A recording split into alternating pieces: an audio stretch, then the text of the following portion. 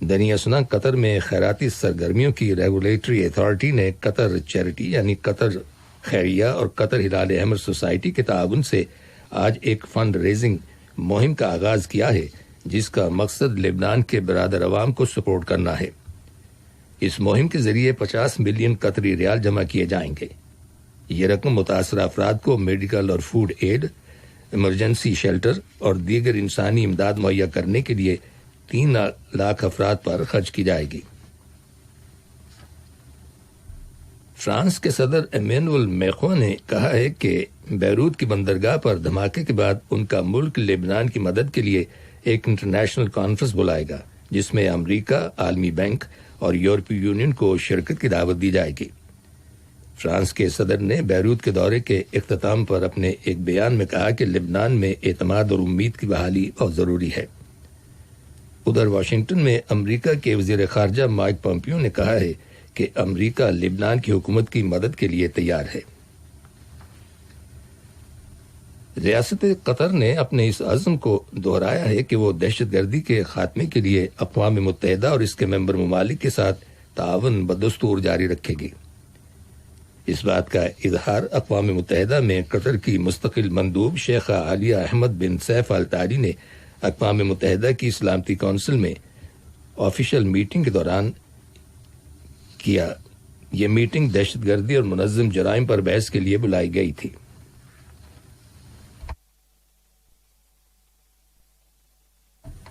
وزارت صحت نے کہا ہے کہ ملک میں کرونا وائرس کے 291 نئے کیسز رجسٹر کیے گئے ہیں، جبکہ گزشتہ 24 گھنٹوں کے دوران مزید 311 مریضوں کے صحت یاب ہو جانے کے بعد شفا پانے والے افراد کی مجموعی تعداد اب 1,09,142 ہو گئی ہے۔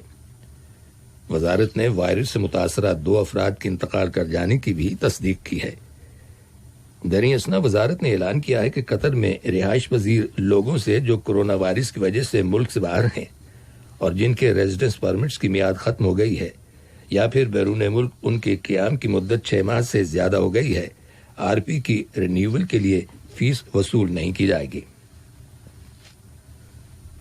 اسلام آباد سے آمدہ رائٹرز خبر رساں ایجنسی کی رپورٹ کے مطابق پاکستان میں کرونا وائرس کے پھیلاؤ میں کمی کے پیش نظر حکومت نے ملک کے اندر عائد کی گئی مختلف پابندیوں میں نرمی کرنے کا فیصلہ کیا ہے، جبکہ دوسری جانب پڑوسی ملک بھارت میں کرونا وائرس کے مریضوں کی مجموعی تعداد 20 لاکھ سے زیادہ ہو گئی ہے اور یوں متاثرین کے حوالے سے بھارت دنیا میں تیسرا بڑا ملک بن گیا ہے۔